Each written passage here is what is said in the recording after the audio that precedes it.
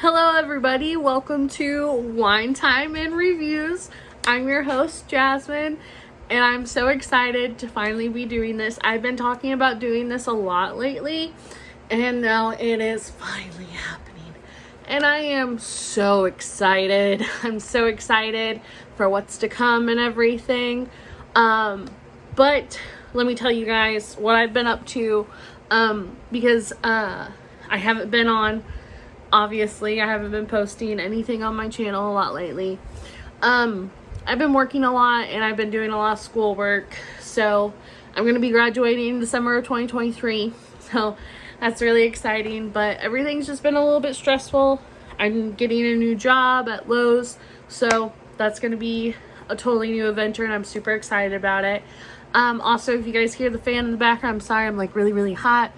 But anyways, so let's get in with the review for today. If you guys do have any wine or anything to drink, go ahead and grab that and let's get comfortable because this one's going to be a juicy review.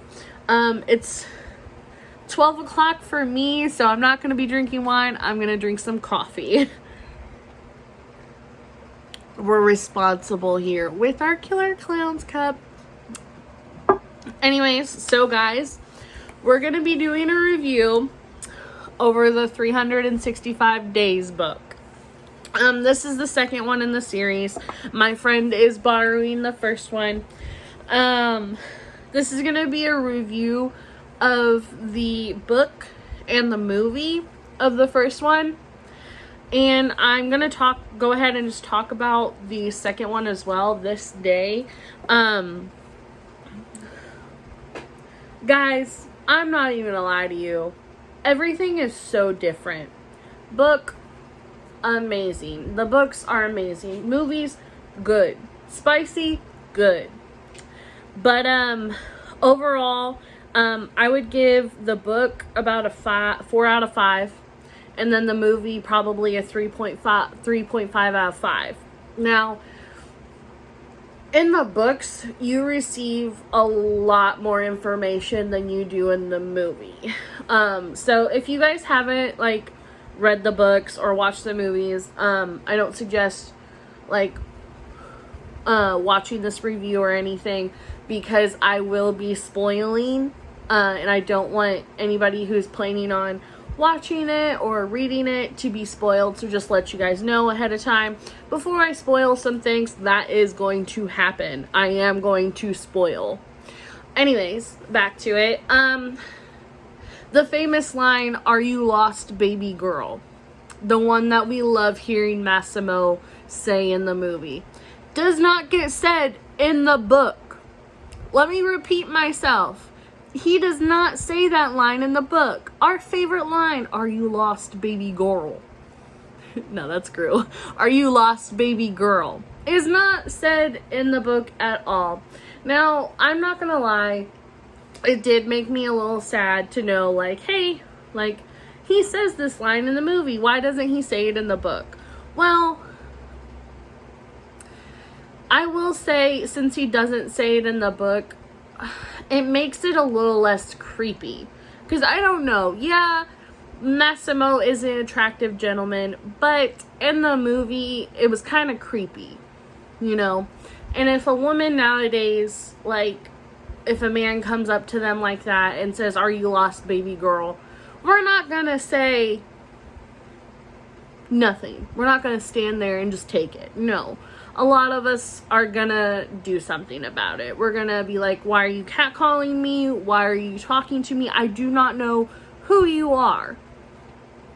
So I think that is something that really dropped the score for me in the movie. But other than that, movie was great. Absolutely loved it. Now the book, honestly, I would love to be able to give the book a 5 out of 5. But I'm gonna also make a connection with the second book. This girl, dumb. Alright, Laura is dumb.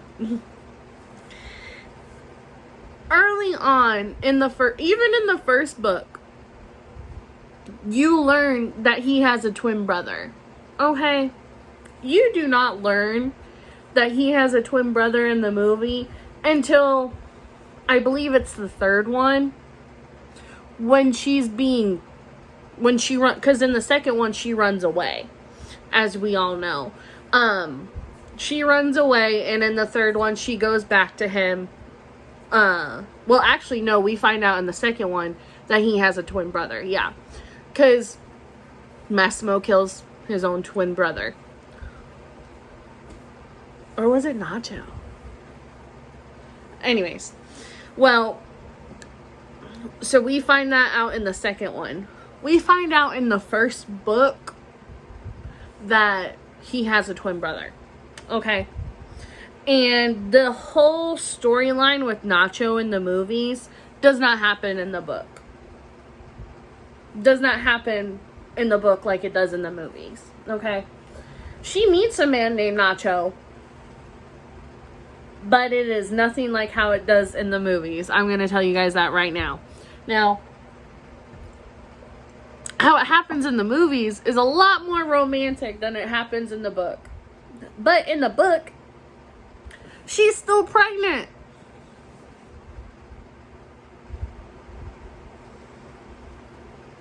In the first movie, as you guys have seen, well, some of you, or hopefully all of you, have seen, she ends up losing the baby because of the car accident at the very end of the movie. And then, starting of the second movie, they're getting married, and then they're having some sort of party. She walks in, sees Massimo having sex with Anna, one of his ex-flingy flings. And she's like, oh my God, how dare you? I say that. And if I did not know if my fiance had a twin brother, I would have the same reaction. But in the book, she knew he had a twin brother, did not listen to anything that he said, and she just fled the country, I should say. Not fleed. Fleed's not a word. We're just gonna go past that. But she fled the country with her best friend, and that's where she met one of her best friends, her ex-fling and everything. Well, not ex. He still thinks that they're meant to be. And that's how she meets Nacho, where he says he's gay, but he's not. He was in love with her from the beginning, when he first met her. And then, she finally decided that it was time to go back to Poland. Nacho kissed her, and lied to her and everything. And so she went back to Poland, and Massimo found that she came back to Poland. And he was just like, let me make you watch this video of my twin brother having sex with my ex-fling so that you can see a mole that is not on my ass. I don't know about you, but I don't pay that much attention to moles. I do not. Now, she should have known in the books in the first place, like, hey, maybe I should talk to him, hear it out, to try to figure out if, hey, maybe that was his twin brother having sex with his ex. But she went to be the more dramatic way, and I think that was the only thing that kind of brought me down to a 4 instead of a 5. Everything else in the movie was absolutely wonderful. Chef's kiss to this amazing author. She is so wonderful. I loved everything else about this book. Laura in the book definitely fought more against Massimo than Laura in the movie. And Laura in the book, the book is more pro-feminism than the movie. That is another thing that brought me down for the movie. That's what brought me down to a 3.5. instead of it being at a 4 like the book. Now, in the movie, there is a part where they are going to a club and everything, and she's dressing up and trying to be like, oh, okay, you want to do that to a prostitute, then let me dress like a prostitute, just to get back at him.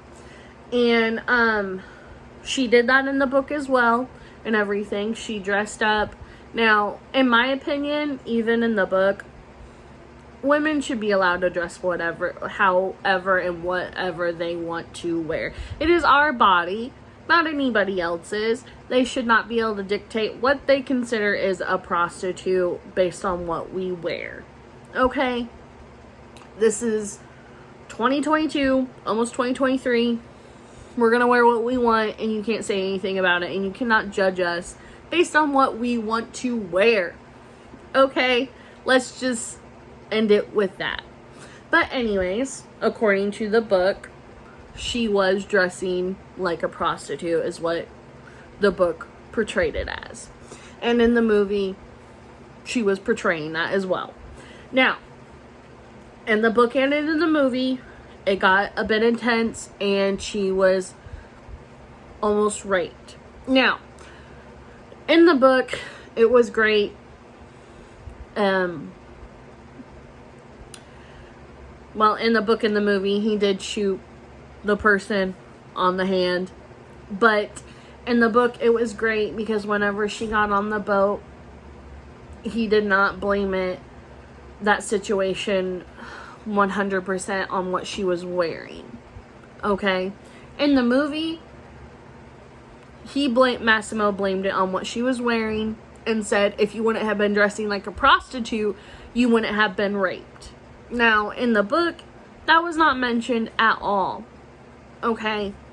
What was mentioned was the way she was acting. Okay?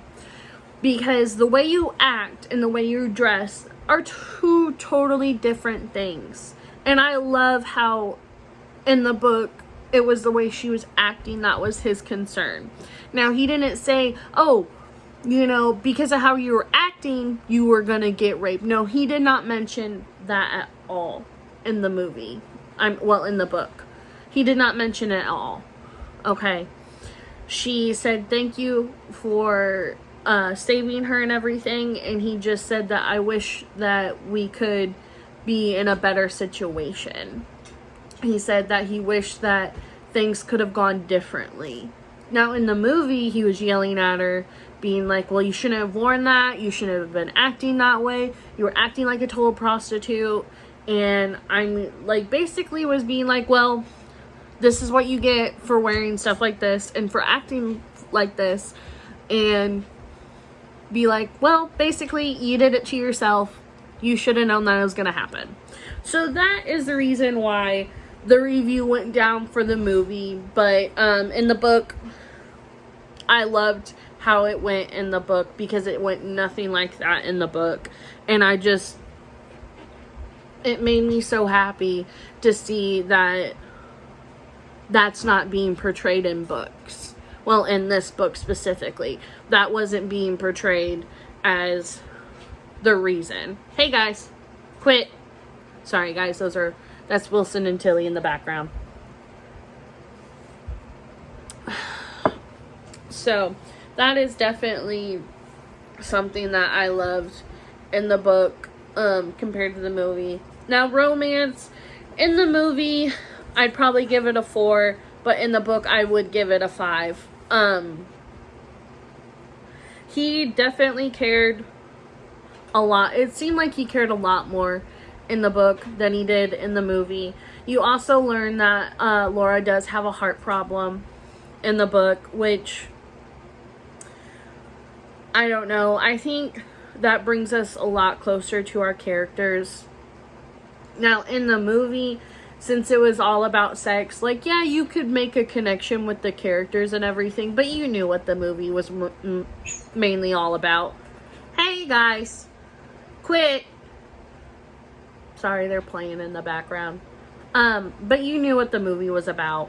And yeah, you do know that that's what the book is about. but there's a lot more romance, and you do get a chance to meet the characters a lot more than you do in the movie. Like Domenico, you learn a lot more about Domenico. Massimo, you learn about his childhood and everything. You learn so much more about all the characters. You learn a lot more about Laura, and even her ex-boyfriend, you learn a lot more about him as well. You get to know more stories about Olga as well. You learn more about her past and how she met that one guy that they went to a different country with whenever Laura was trying to get away from Massimo and she was still pregnant. You got to meet Olga's fling that she had, that she completely fell in love with, but she did not think that she was she didn't consider herself as much of an adult and put together enough to be fully in love with him and everything. And then you meet his son, which is Nacho, and everything. And I think with that's what really brings me to the books a lot more, is the fact that you do get to know information in the books. Now, based on that information, I will tell you, that's why I do say Laura is kind of dumb, okay? Like, with the information that you learn in the books, you definitely are just like, well, Laura, why are you doing this? Because if you think about it, you could be wrong. But in the movies, based on the information that she gets in the movies, like, I can understand all of her reactions. In the book, it's a little bit more difficult, but I think mainly for me, it's because I'm more of a level-headed person. So with that, I'm always just like, there's two sides to the story. So I think with the information that I get from the book, I'm just like, okay, yeah, I could go ask, hey, what's going on? Like, I'm really hurt, but I do know that you have a twin brother. Can you prove that this wasn't you? Yeah, I'd be bawling my eyes out. I'd be crying like hell, man. Because I'd be so scared that it was my significant other that was doing it. Like, yeah, I'd be fucking devastated. But I would definitely go straight to my significant other to ask about it. And, definitely be like, okay, well, I can't believe you when you say, oh, that wasn't me. Like, I need hard proof. Now, in the movie, because she didn't know he had a twin brother, I would have been like, yep, nope, definitely would have been like, oh, let's flee the country, like, let me start a new life, let me get away from this man, and I would totally do that, based on the information in the movie. But based on the information in the book, I would definitely try to figure things out. Now, I have not finished the second book yet. I will tell you guys. I'll probably, I'm definitely going to do a part 2 for this review. Just to, because there is a third book. Just like how there's a third movie. I mentioned it a little bit, and how, at the end of the third movie, they're trying to, Laura's trying to figure out if she's going to stay with Massimo or if she's going to go with Nacho.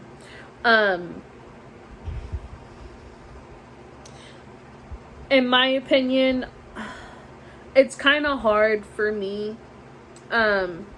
Based on the stuff in the movie, I would go with Nacho. But based on what I've read so far in the book, I would go, I said Nacho for the movie, right? I think so. Based on what I've watched for the movies, I would definitely be more of a Nacho person. But based on the books, I would go with Massimo. Not only because of how things started with Massimo in the books, but also because of how much more romance it's portrayed with Massimo in the books. Now with Nacho, like, I can't really be like, oh, well, you know, Massimo started out with lies too. Well, I can't be like, oh, well, the first thing that happened with Nacho was he lied to me.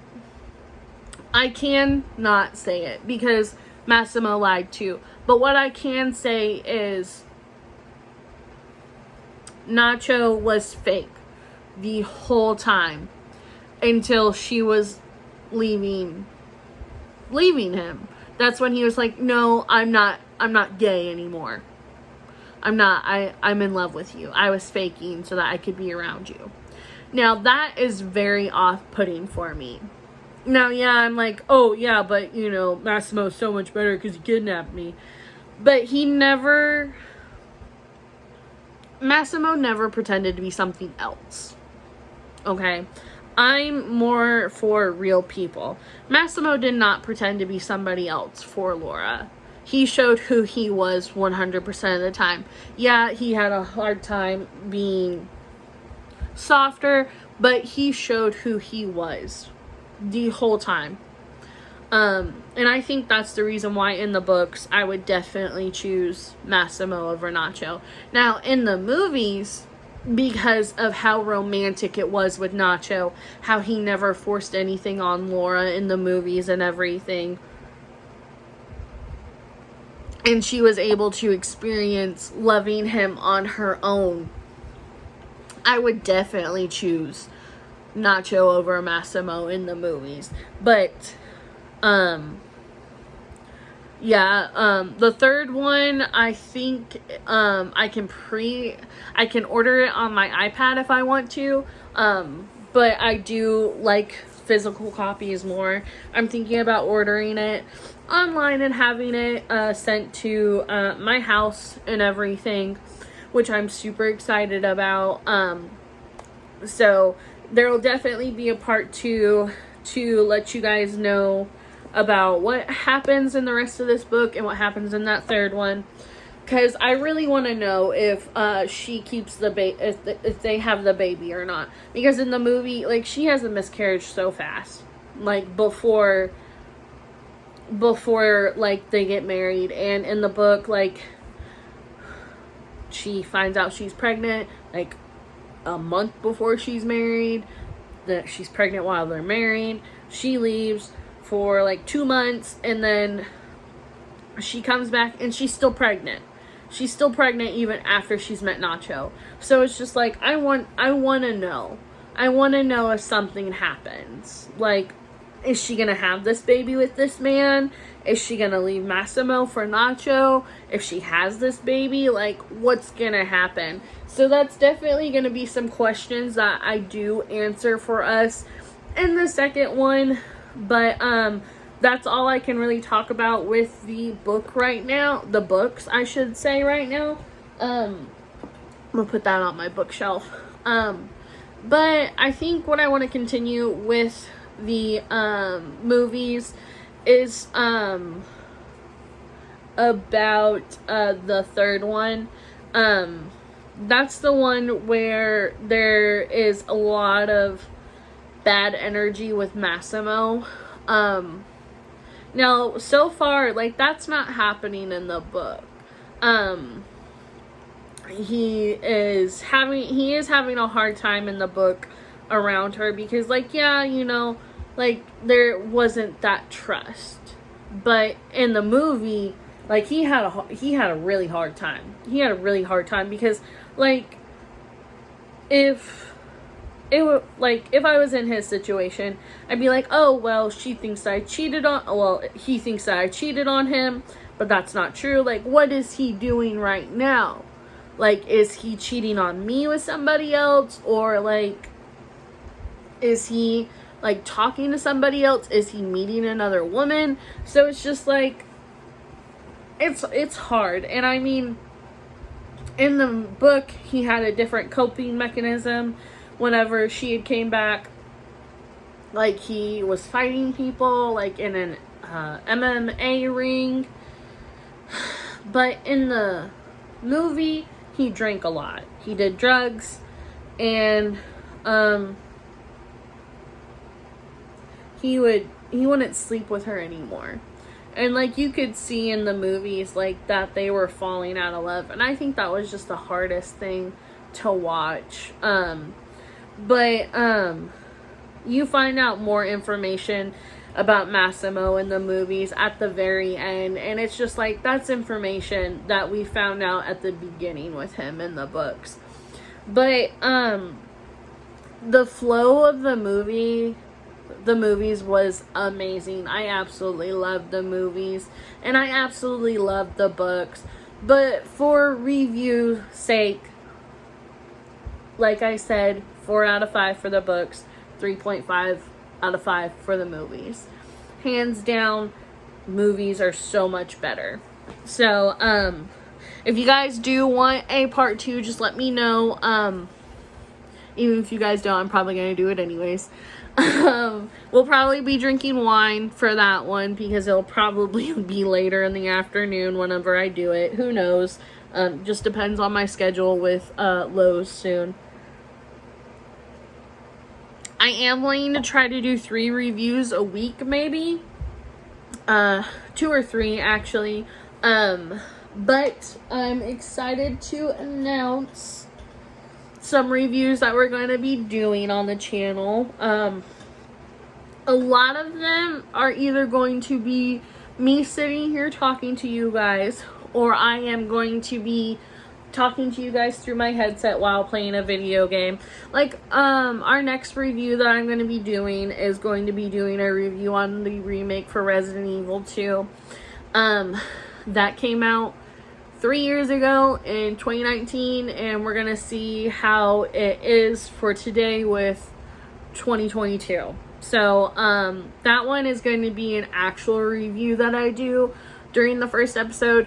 But in continuous episodes, I am going to be talking about other reviews, like games, books, stuff like that. If you guys do want to, like, give me some ideas in the comments down below of what you guys want to see a review of, like, definitely tell me, and I'll definitely try to check it out and everything.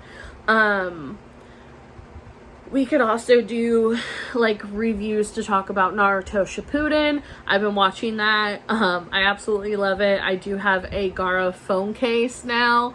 My fiance got me in it, and I absolutely love it. But, as of right now, we're definitely going to be doing the Resident Evil 2 remake, how it is today. That one's going to be multiple videos of you guys seeing me do that playthrough and everything. And then we are also going to be doing a review of 2 very, very fun things that I am excited for. The first one being Meddling Kids. I'm super excited about this book. It's basically, you know, a Scooby-Doo, okay? But this book is for teenagers, and I'm super excited about it because they do have, so they have 4 teenagers and a dog. They have Andy the tomboy, Nate the nerd, Carrie the bookworm, Peter the jock, and Tim, which is the dog. They solve the mystery of Sleepy Lake, the trail of an amphibian monster terrorizing the quiet town of Blighton Hills, lead the gang to spend the night at a mansion and apprehend a familiar culprit, a bitter old man in a mask. Now, in 1990, the 20-something former teen detectives are lost souls, plagued by night terrors and Peter's tragic death. The 3 survivors have been running from their demons when the man they had apprehended all those years ago makes parole, and he tracks them down to confirm what she's always known. They got the wrong guy. Now she'll need to get the gang back together and return to Blighton Hills to find out what really happened in 1977. And this time, she's sure they're not looking for another man in a mask. A mad scientist concoction of H.P. Lovecraft, teen detectives, and a love of Americana. So, Meddling Kids is a story filled with rich horror, thrilling twists, outright hilarity, and surprising poignancy.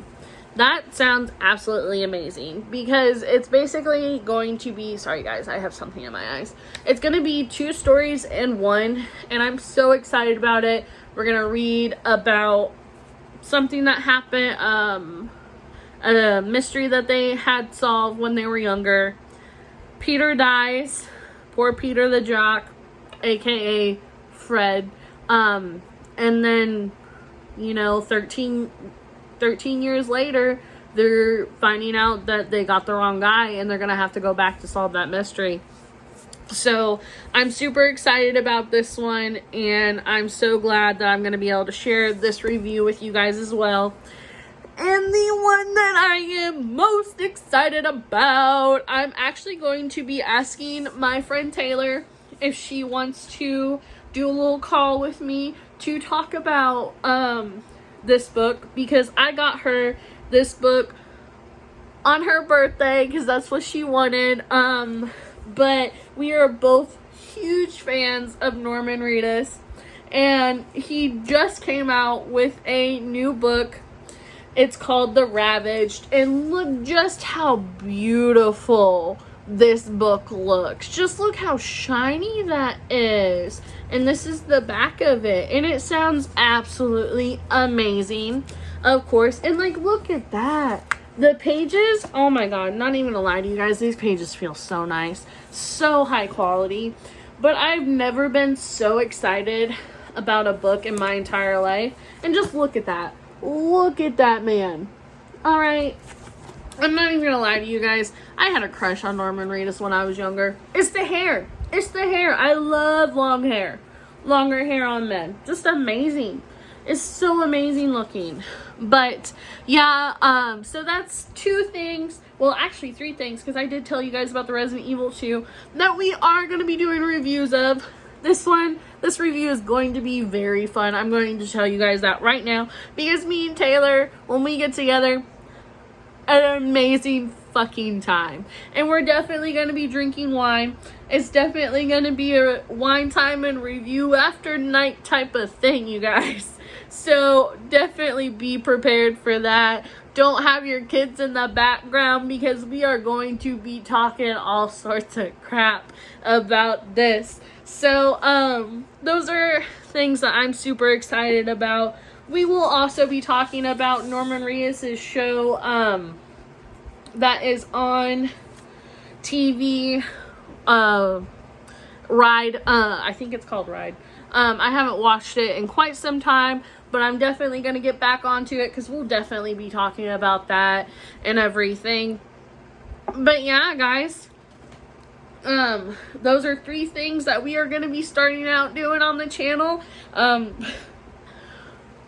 It's going to be totally different from what I used to do. I hope you guys are as excited as I am, because this is going to be a great fucking time, guys. But anyways, I'm going to see you guys on the next Wine Time and Review episode. I hope you guys enjoyed this one, and I can't wait to see y'all in the next one. Bye.